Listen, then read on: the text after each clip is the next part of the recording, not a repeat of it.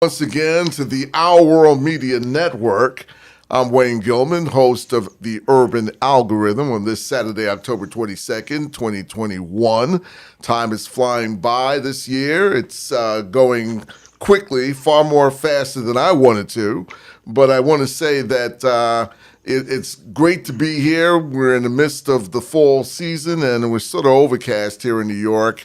And this is where we do the show weekly. But we have a global audience. And speaking of global, our show, the first part of it, will focus on a giant of our times, someone who I regard as a true statesman.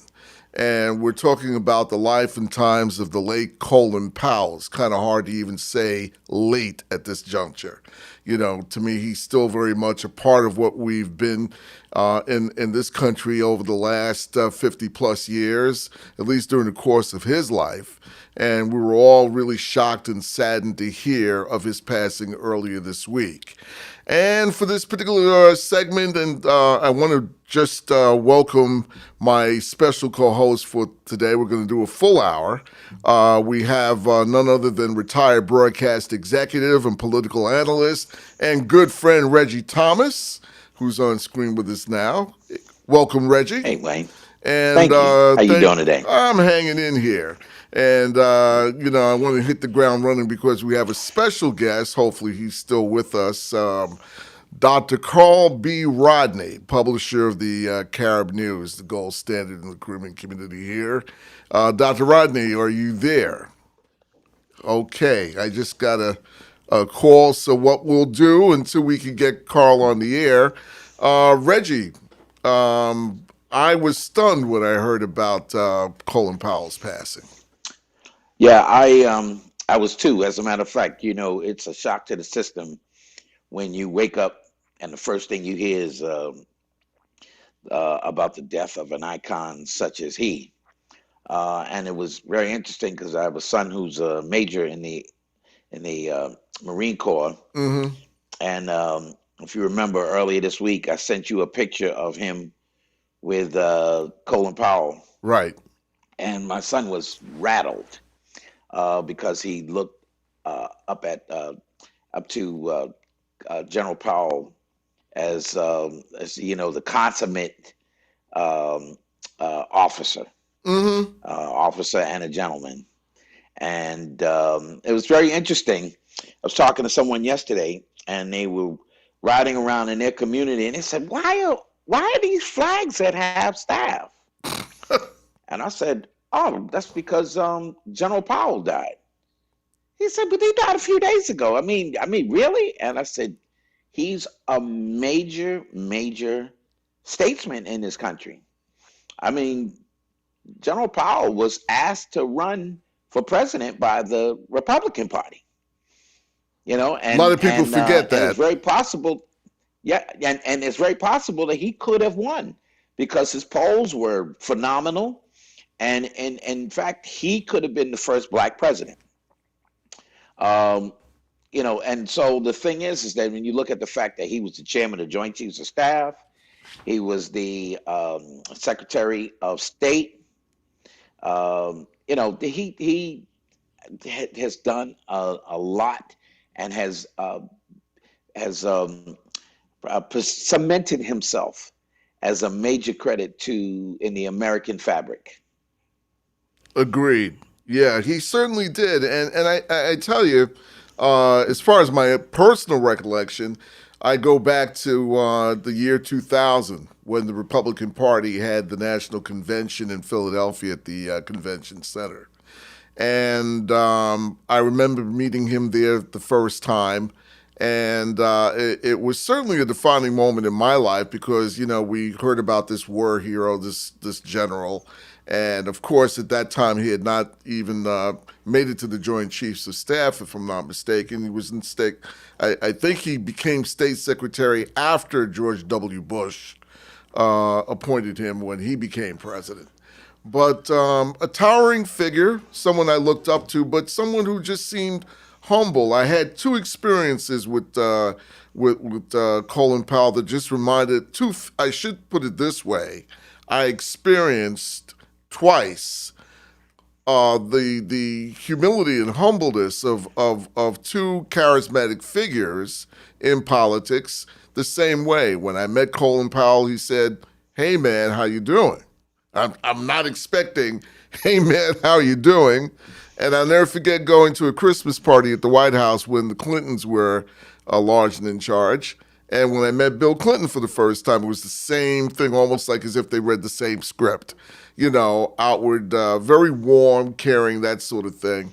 And I was just really impressed with how Powell just handled himself, and almost as if he was a Rhodes Scholar. I mean, it was a great appointment on Bush's part to make him state secretary, because a lot of the conflicts, even though we went to war shortly after Bush too became president, I think had it not been Powell's counsel with respect to the Gulf War, the invasion of Iraq, and all that, maybe if he had not been misadvised, things would have been a lot different, I think. Well, I have a similar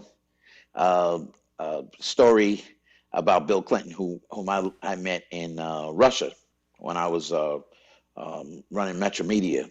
But what was really interesting is I read something somewhere about General Powell. They asked him who is the person he most admired and most respected, and he responded with his wife, Mm, Alma Johnson right. Powell, and they talked about how the two of them almost didn't get married. He went on a blind date with a friend of his whose girlfriend brought a friend with her, and it was Alma Johnson.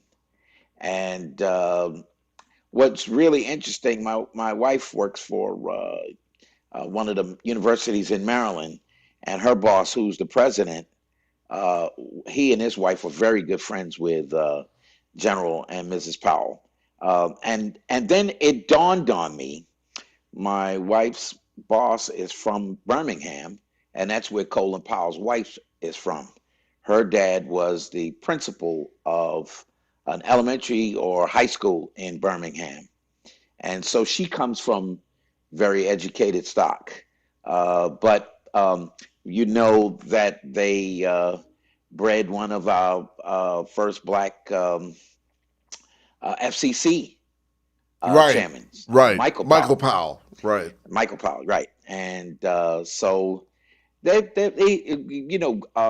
General Powell was a wonderful credit to our country. As you know, even though he grew up in the Bronx, he started out in Harlem. Mm-hmm. His family is of Jamaican descent. And the thing is that it's not very easy navigating the military. And unbeknownst to me, when I went into the military in 1980, I found it was probably one of the most racist communities I'd ever worked in. And I was very disheartened by that, because everybody's there for the same reason, to defend our country. And how you gonna be in an organization where everybody's goal is to defend the country, and you got this whole racial uh, uh, you Divisiveness. know, oh my goodness, it's Right. awful. And and that was the reason why I got out. I got out uh, because it was four white airmen. We all were linguists. Four white airmen and me. Mm-hmm.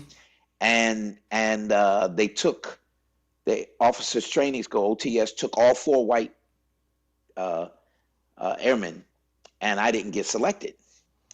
So I found out not much longer that it was because the military, in this particular case, the Air Force, they had quotas on the number of blacks and Hispanics that they put in the officer ranks. Mm-hmm. And so, had I been white, I'd have gone through. You had to have a degree. You had to have a really, good performance reports, and I had higher grades in Russian school than my contemporaries. Right, I and you're graduated fluent fourth in in my Russian. class. Yeah.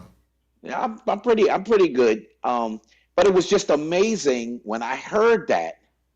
Oh my goodness, the heat welled up in me to oh, it was unbelievable. And I did everything I could to shut that whole experience down. And within months, I Hmm. was gone. And I mean, I spent my time there, but I didn't renew for that reason, and I didn't tell them I wasn't renewing. General Powell was able to navigate that very, very well. He went through ROTC at City College, Hmm. which is why now they have the Colin Powell Civic and Global Center at City College. He's given a lot of time and I think money Money as to well. that Hmm. institution. Yeah, and so some of us actually make it through very, very well. And I look at my son. My son is he's a major. He's hoping to become lieutenant colonel pretty soon. One of my things to him was do not go in the military unless you are an officer. If that's your intention, don't go in without being there. General Powell did that. I didn't do that. Mm. And the reason is because in order for you to be a linguist in those days, you couldn't be an officer. You had to be enlisted and a linguist. All And right. then you switch over later. So the thing is that General Powell kind of made he actually made all the right moves, and it led him to leadership status in this country, and he'll be in the history books moving forward. Right, he certainly will be. And I tell you, as you mentioned the factor of racism, I didn't have the pleasure of of serving. My youngest sister, Deborah, frequently, she just recently retired from the Navy and talks about the whole racial factor. And I don't know if I would have had the fortitude to sit back and in her case in particular, not to this is just an aside. It's not just racism Hmm. alone, but we're talking about sexism as well. And it's unfortunate, as you said at the very outset, we're here to defend the country. But it is what it is.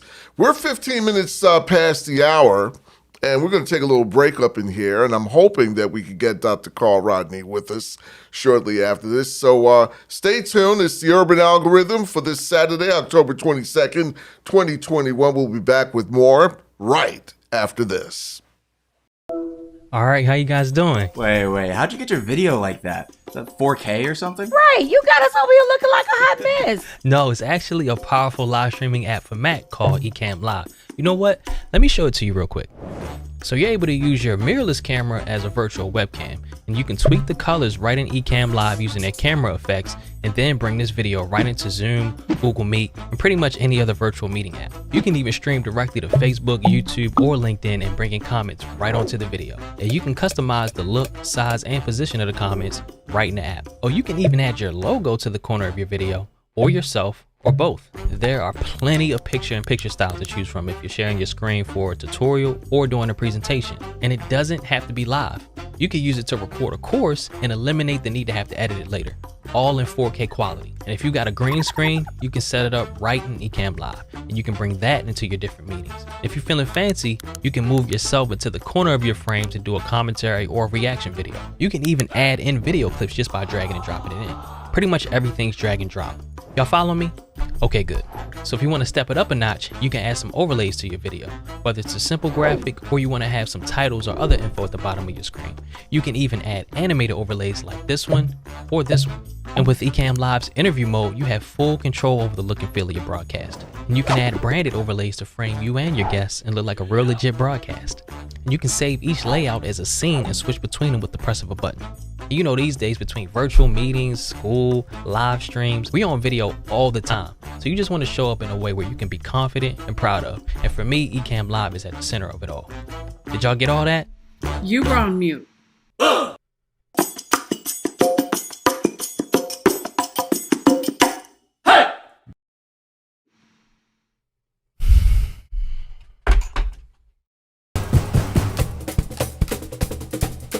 You get off the plane and you're like, wow, I'm alive. You have to breathe because it's breathtaking. Is the center of the world. Brooklyn, Manhattan, Staten Island, Queens. They have the Rockaways, the beach, the Flushing Meadow Park. Small places that you never think exist. From there, we'll go up to the Bronx. Nature. Brooklyn. Got Coney Island. You get to happen upon things. Yes. Manhattan never gets outclassed. Chelsea, Soho. Hay cosas ya de lujo. Es un área bien fancy, ¿me entiendes? Go to the Empire State Building. Go to the top of Rockefeller Center.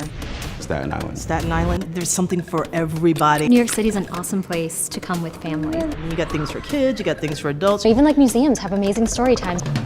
That's the beauty of this organic city. It creates new flavors of what once was coming from another country. All of it. Everyone's welcome. The biggest rainbow in the world. Ελάτε στη Νέα Υόρκη.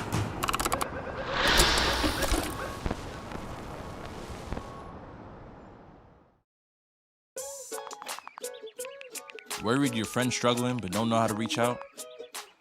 You could say how are you or get a fake tattoo. You could ask with an app if it works for you.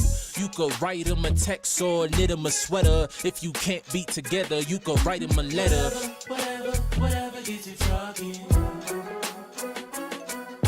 Whatever gets you talking. You could chat on the game, kick off your flip-flops. You could ask on your couch while you binge watch. However you do it, you gotta ask a friend. And if they don't share, you can ask again. Whatever gets you talking. Whatever gets you talking.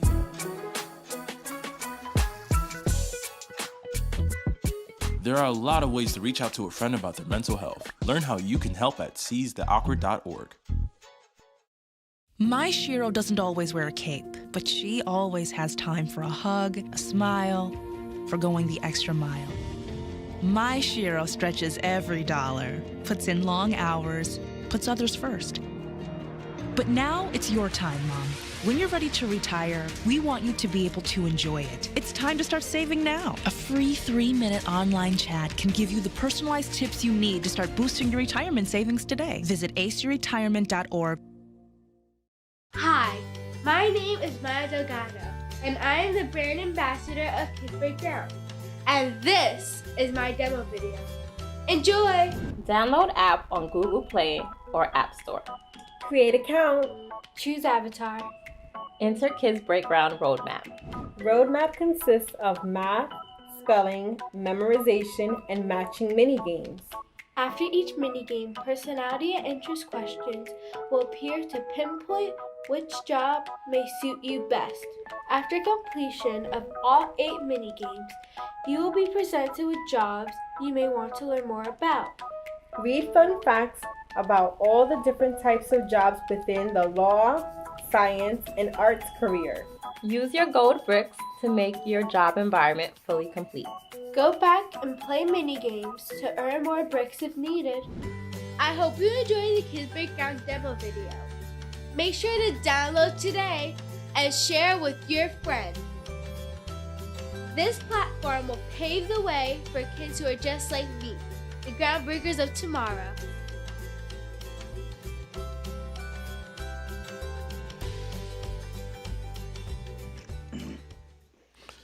And we're back, 22 minutes past the hour here at the Our World Media Network. The Urban Algorithm is the show. I'm your host, Wayne Gilman, and we've been talking about the life and times of Colin Powell. And we were hopeful to get Dr. Carl B. Rodney of the Carib News, the publisher of the Carib News, who probably has his own personal recollection of General Powell. It's particularly Carl, because Carl is from Jamaica and probably knew the Powells in a different way than I did. But our special guest co-host, Reggie Thomas, is still with us.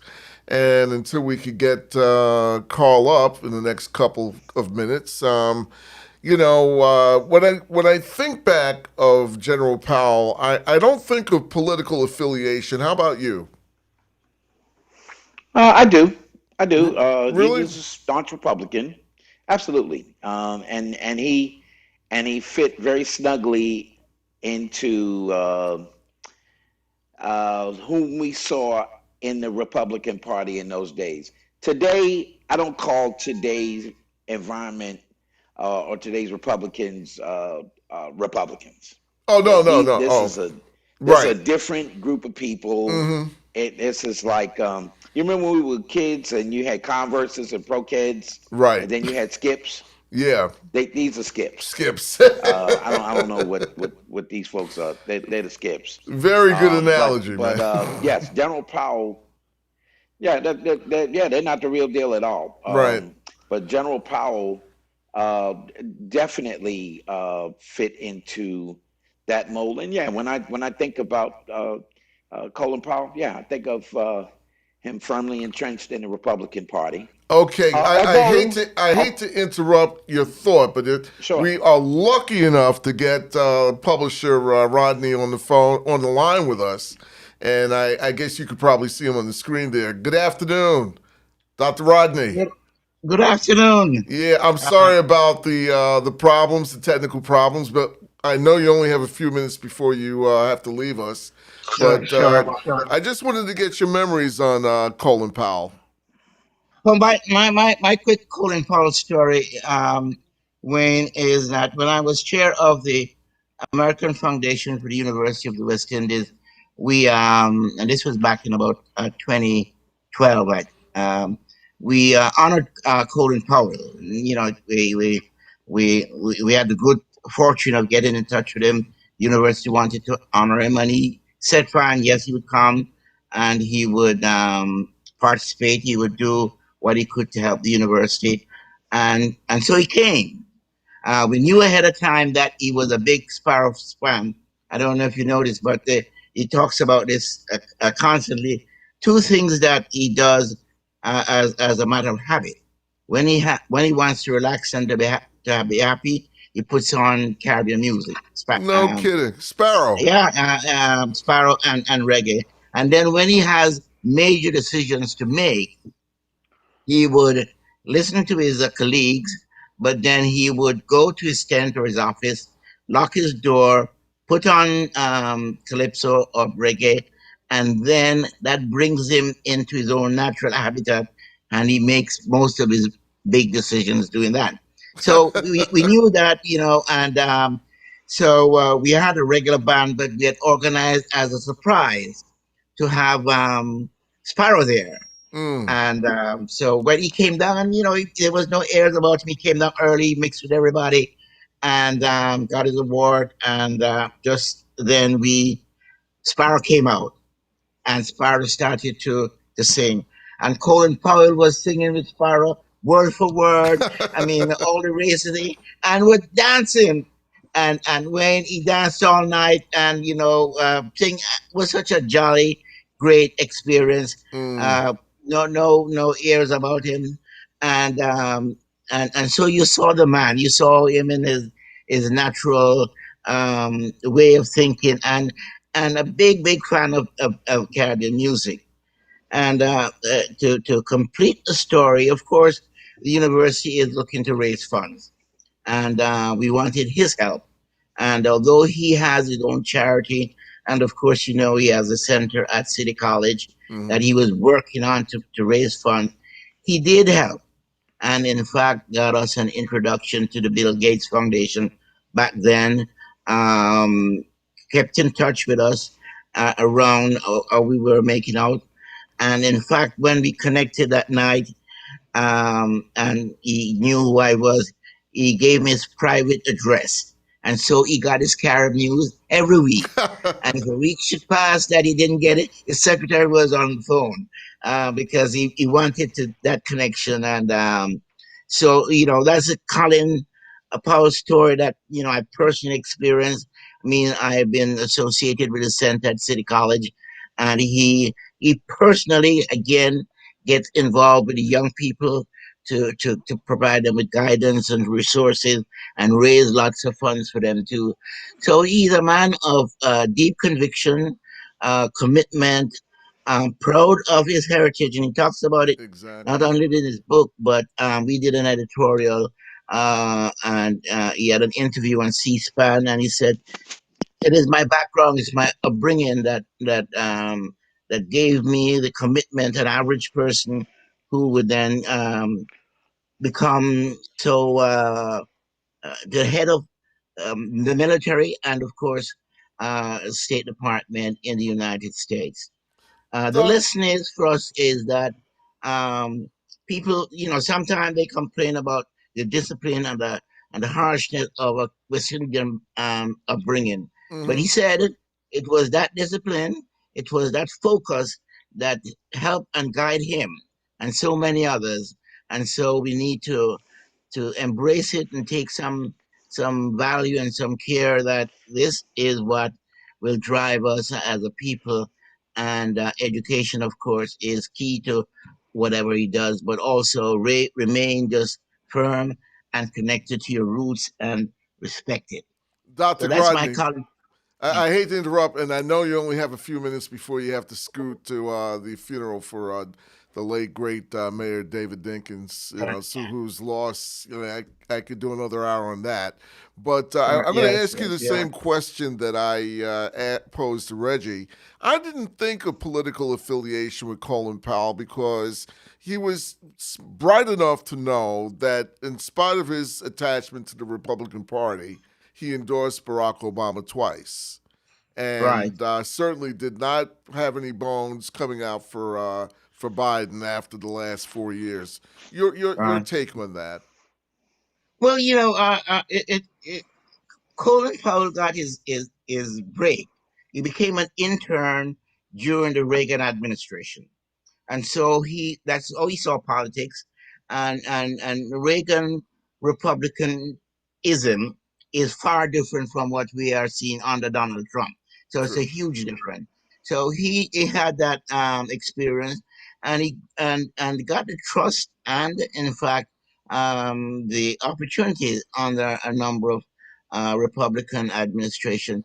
So you could see the bent to be a part of that. But once it shifted, he was clear about where he stood. He was clear about his moral high ground, and he didn't allow politics to the harsh partisan politics to influence him at all. And so for him, politics was a convenience as he grew through the military and the State Department to high office, but it wasn't a ideological driven political position for him. So he was more, and he says it in his writing and his speech, that he was more of a national commitment to democracy, to the value of the country, and did what he could when he could, where he could. And so I think politics for him was accidental to begin with, because he got the chance to be an intern in Reagan. And there's some real funny story, while he was an intern with Reagan. And then, of course, he excelled because of his ability. Right. And the Republicans embraced that. And of course, you haven't gotten too many black folks here, so you could see why he would be welcome and embraced and in fact promoted. So I read the political end of it more in terms of opportunities, where he got his start, where he got his push, but it never was his label.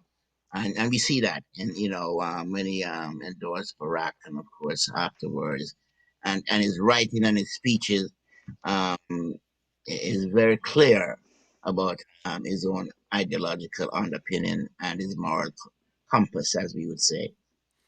Dr. Rodney, I really appreciate you taking the time. I know it's been touch and go, and I just changed browser and it worked. So right, I'm glad I could go on for a little bit. Right, and of course, thanks for the work you continue to do. And thank you. Keep us informed, and we'll have another opportunity, I hope, to. Oh, of course. Maybe delve in a little more. Right. Thank you very much, and we'll be in touch.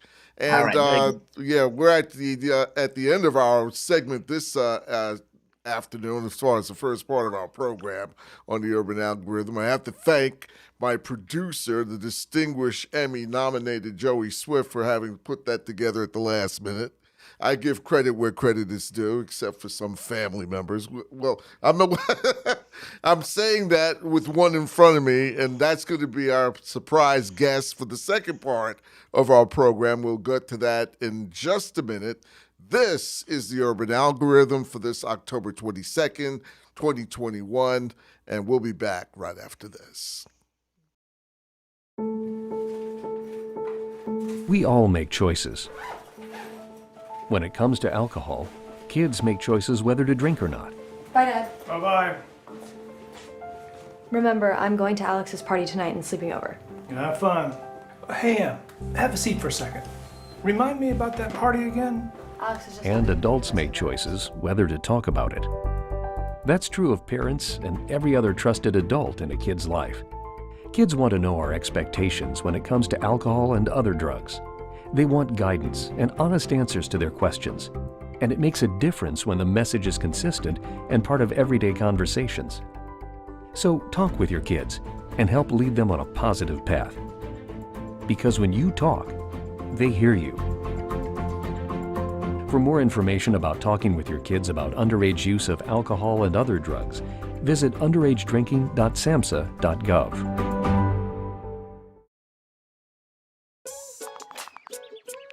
Worried your friend's struggling but don't know how to reach out? You could say how are you or get a fake tattoo. You could ask with an app if it works for you. You could write them a text or knit them a sweater. If you can't be together, you could write them a letter.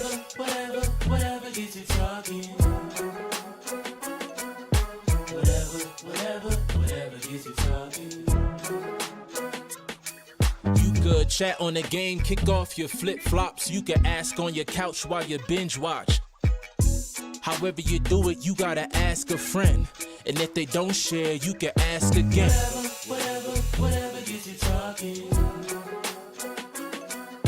Whatever gets you talking.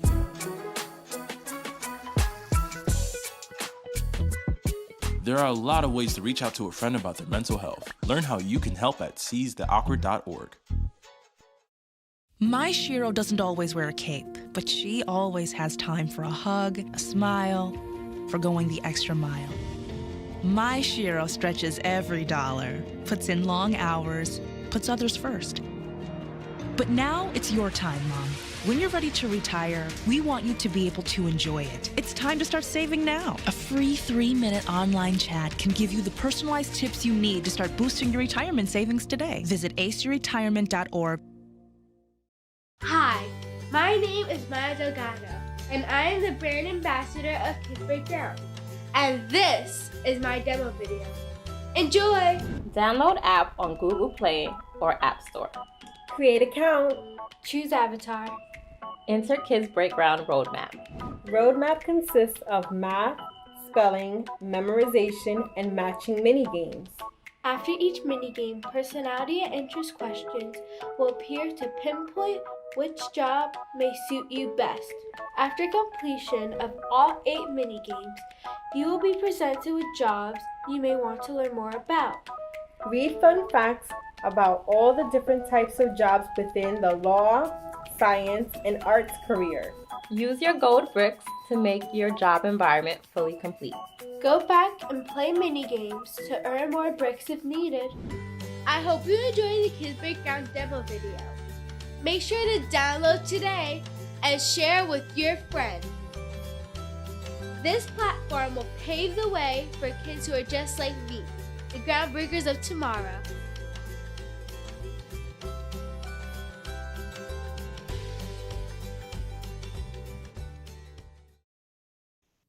Welcome back, everyone. This is part 2 of our program for this Saturday, October 22nd. I'm Wayne Gilman. You're tuned to the Urban Algorithm, and I have a very, very special guest. In fact, I'm certain if I were to call her name, you'd recognize it immediately.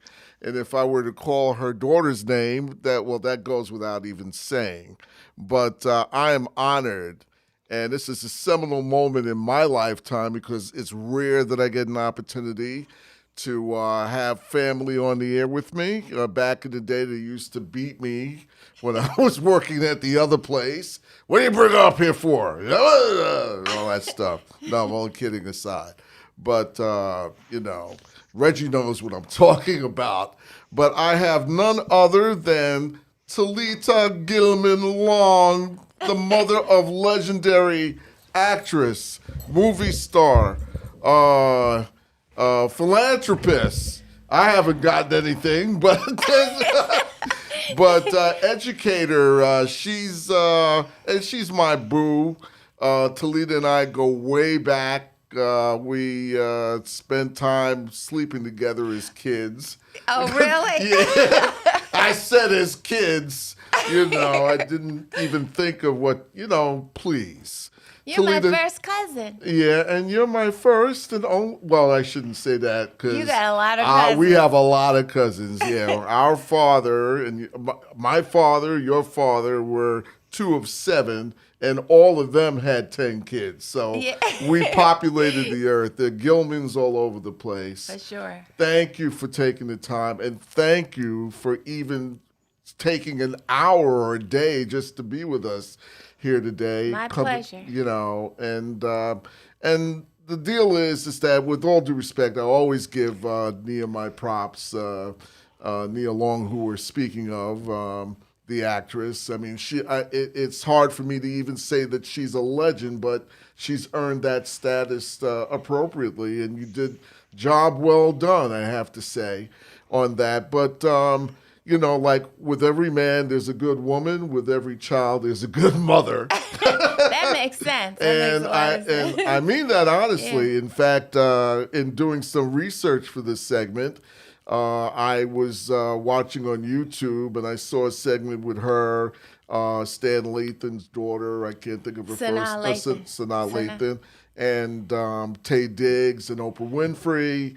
And Regina King. Yeah. And she was on the air, and there was a discussion about parenting, and she had come to tears talking about you, and I said, God, I could only imagine, the love. It's like it's been a 2-man or 2-woman act for so long because not to get overly personal, but you basically did it all by yourself, raising her. A single mom, and I always wanted her to have something to do, tap dancing, gymnastics, and she always kind of liked acting, and so I got Nia, when she was in grammar school, she met Regina King. They were 2 little kids, and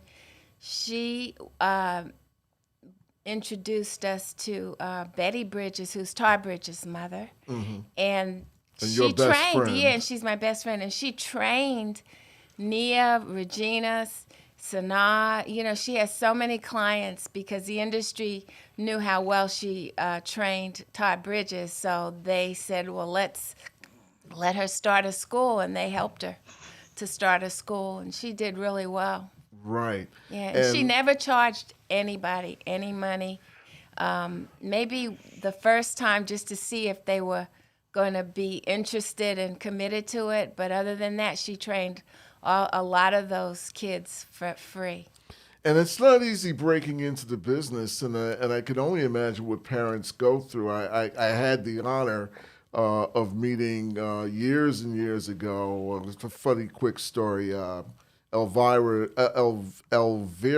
Davis, the mother of Sammy Davis Jr. Oh, wow. Yeah. In fact, she used to call the station all the time. And quick story, the day he died, I guess she was prepared for it. Uh-huh. She had called me and told me that he had already passed. And there were all sorts of networks outside his home in Los Angeles waiting for an official announcement. Uh-huh. I'm on the air here in New York saying, he had died already, and people were calling me wondering, well, how the hell do you know that he passed if you're here and I got people outside his home and they don't know yet? Wow. But it was that kind of connection that we had. Very warm person, and God rest his soul because they're both gone.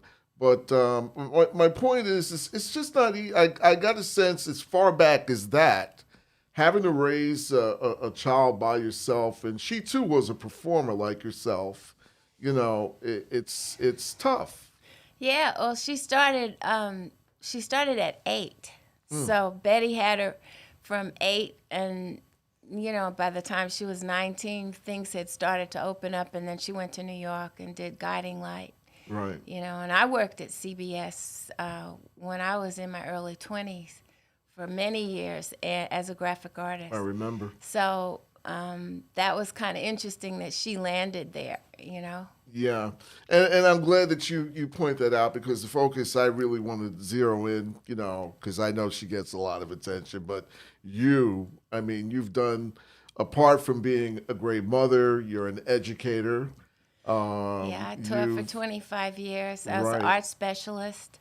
Mm-hmm. Before we went to Los Angeles, I finished at Cooper Union, got my BFA at Cooper Union. And at the time, they were doing, they had 10 African-American artists to come in. We were students, and the tuition was free, And this is part of the affirmative action during those days, during the 70s. And so I finished there, and then from there I went to University of Iowa, and I got an MA and an MFA in fine arts, printmaking. And so then by the time we finished, that was 4 years, we went to LA, and I had to go back to school again in order to teach, so I had to get another degree. And so I really, I was teaching part-time, and so it gave me enough time to go and pick her up from school and take her on these interviews, because that's part of it too. You have to commit to that. And sometimes I would take Regina and her sister, Raina, and we'd all go to acting class on Saturdays. And I think we would go on a Thursday, I think. It's been a while. Anyway, but being an artist, I was always very interested in, keeping my craft up, because I don't believe in living through what my daughter accomplishes. Mm-hmm. I'm happy for her and I'll support her, but I always kept doing what I like to do, which was music and art. Right. Well, it's funny because I know when we lived together, my dad's place years ago, that you were focused on art. You were a graphic artist. You were at CBS and all that. And that was my early exposure. I was just telling a previous guest a couple of weeks ago, the professor at University of Miami in Ohio, Larry Collins, that I credit you for my exposure.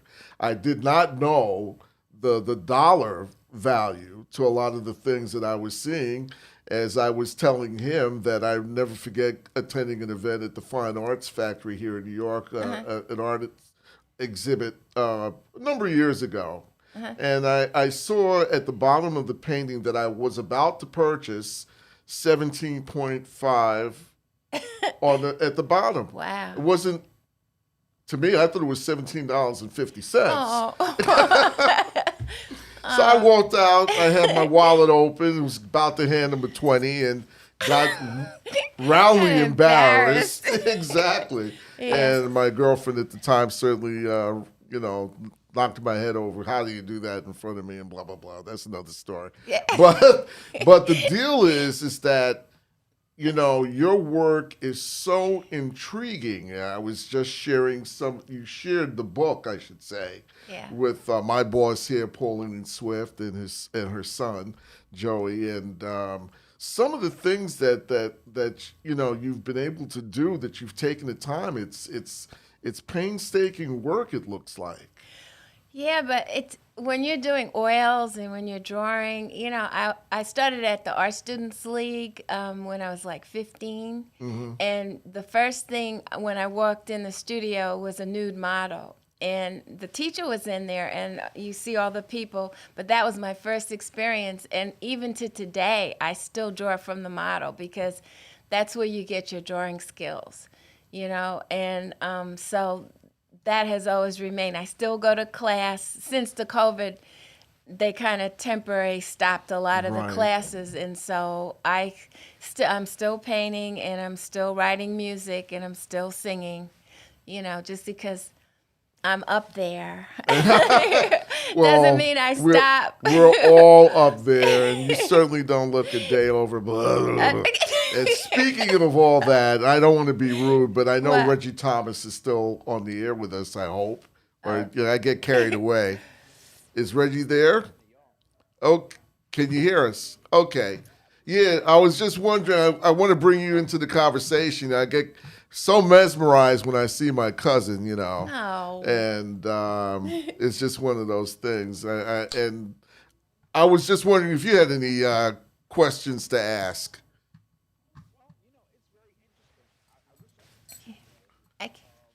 Yeah, I guess I'll need somebody to raise your volume again, because, I'm not hearing. I can't hear. Yeah. Yeah.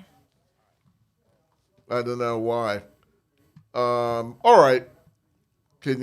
All right. Well, I know we're still going through some technical glitches here this weekend, but are you there, Reggie?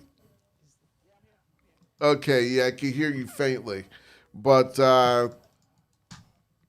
all right. Well, anyway, we'll get back to you. We'll get back to you. I just wanted to thank you for just standing by. It was my bad that I didn't bring you into the conversation sooner, but I'll blame her for that. Anyhow, but nonetheless, I mean, I know it's not easy, doing all that you've had to go through, and I'm thinking, with respect to your singing career, which is something that started, from my recollection, after you left New York. Am I right? No, I started singing when I was a little girl. I was about 8. Really? There was a man on Eastern Parkway in Brooklyn. What's his name? A Calypsonian or no, African American, and he had a school with the kids would go and really? We would go Okay. and start. That's where I started. And he recorded me, and I was always the lead singer. But my dad, being an island man, he didn't want me to do music. Really? No, he did not want me to be in that world. I vaguely, and I have to give credit, I miss my Uncle Clyde. He was my publicist, really. But he had some feelings about even your daughter getting into the arts. Yeah, but, because, you can meet some shady folks, true. and being a child, Exactly. and back then probably was better than what it is now. Right, There's right. all kind of things going on with that you don't expect. Exactly. But, in the business, you have to be real careful where your child is and who's handling that child. Well, how have you been able to navigate? Because I know, I'm not going to call any names, but I know you've had some experiences of your own, trying to do the musical career without having to. What is your biggest challenge? That should be the question. What? With regard to musically? doing music, today. Well, I always started writing songs early in my life, and I think I enjoy that. I enjoy the challenge of coming up with melodies, and I work with a producer. When he was 21, Y.B. Hawkins, I was in my 40s and he was in his 20s, and we're still writing music, and in fact, we're going to do a video on a song I finished. But I've written about 65 songs, Wow. But what it is that it's getting it to another artist. There's a thing that my grandson told me the other day about ghost writers, where they buy your songs and then they take credit for what you do, and I haven't been able to do that yet, but I would like to sell some of my music, but it's not so easy to get in contact with some people, that need music. Right. It's interesting because all artists don't write everything that they do. That's like pretty rough, Right. Well, the black guy that I was about to say that wrote all of Elvis Presley's hits lived in Bed-Stuy. I can't think of his Otis Blackwell, I think his name is. It was only towards the end of his life that he was able to get recognition. Yeah. But, a lot of the things that made Elvis famous, I always thought it was his material, but it was someone else's. It's not always that way. Yeah. Some of them, Whitney Houston, I don't think she wrote anything. People were writing for her. Right. Yeah. Right. So she just delivered it. That's all. She just knew what she was doing. Right. And I tell you, when I hear you sing, I and forgive me for those who may not agree with me, but I think of the late great Phyllis Hyman. Oh yeah. Anita Baker. Yeah. I study. I have a guy that every Thursday. Mike, he comes religiously to my house and we play music for 2 hours. I open the windows, and maybe people may not want to hear it, but they're going to hear it every Thursday. And Mike and I, I'm doing Anita Baker, I'm doing Phyllis Hyman, Denise Williams, Minnie Riperton. So I use those singers because that's my kind of generation. Yeah. And it helps me it's like working out, like at a gym, because these are great singers, so it keeps my voice. Yeah, and not to cut you off, I was watching the Baker Street video. You had a rapper in that, and I noticed, and I only got a chance to listen to "Beautiful on Me," which is your latest. My latest song. That was a young rapper. He actually, the producer that I work with, that's his artist, and Teresa Holmes. Oh. Yeah. Okay. So she wrote, her part on it, but the song was originally mine. What's your take on rap? I think it's amazing how it's fit into this society that we live in. I don't like when they're calling women bad names. I just think you don't have to do that all the time. It just seems to be intoxicating for some rappers that they just keep using those words to describe their mothers and sisters and female lovers and stuff like that. I just have trouble with that.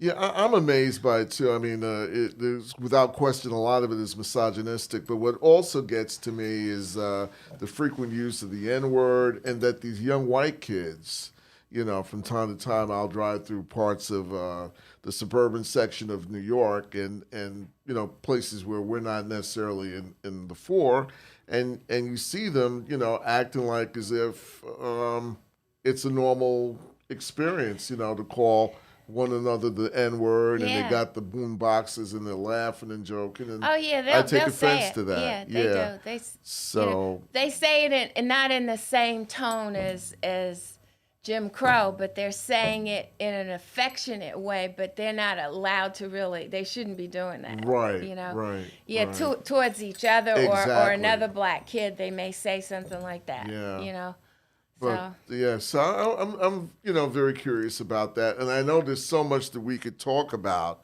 and we're slowly running out of time. But I wanted to find out exactly where do you think music is going with respect to all that is going on culturally when you see it today. Where do I think it's going? Yeah. Well, I mean, when compared to the artists that we appreciate, it's hard to think of. A lot of them didn't make a good living at all. I mean, they didn't make the money that I see these pop artists. Right. You go to see some of their shows and you see millions of people, it seems like, and they've gotten so wealthy, and you see the influence that they use, like Marvin Gaye.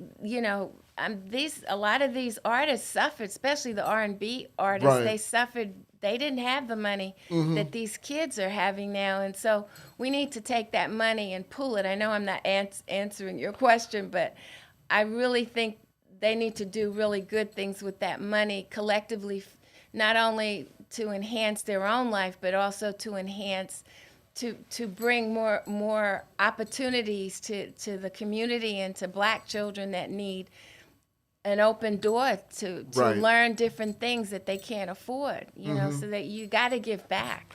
Well, the thing that I'm looking at is that it seems to be such a completely different playing field today in which to get exposure. Years ago, the record companies would sometimes hold you Oh, back. yeah, right. And that's what I'm getting. And I was just wondering, has that been your experience now? For sure. Right. It was very difficult being a single mother and trying to sing and trying to write. It just, I did get nominated for a Grammy. Very good. Yeah, on a song. I didn't write the song, but, What song was this? I'll Be Fine. If you go on YouTube, it's called I'll Be Fine. Okay. Yeah. Right. So Dino Weiss was a producer. Uh-huh. So he was with the Gap Band. Right. So I've had some opportunities, and it's just something I feel kind of proud of, after all those years, that somebody recognized, that I could land a song. Yeah. Well, I think that's important, but especially today, I having seen what used to go on.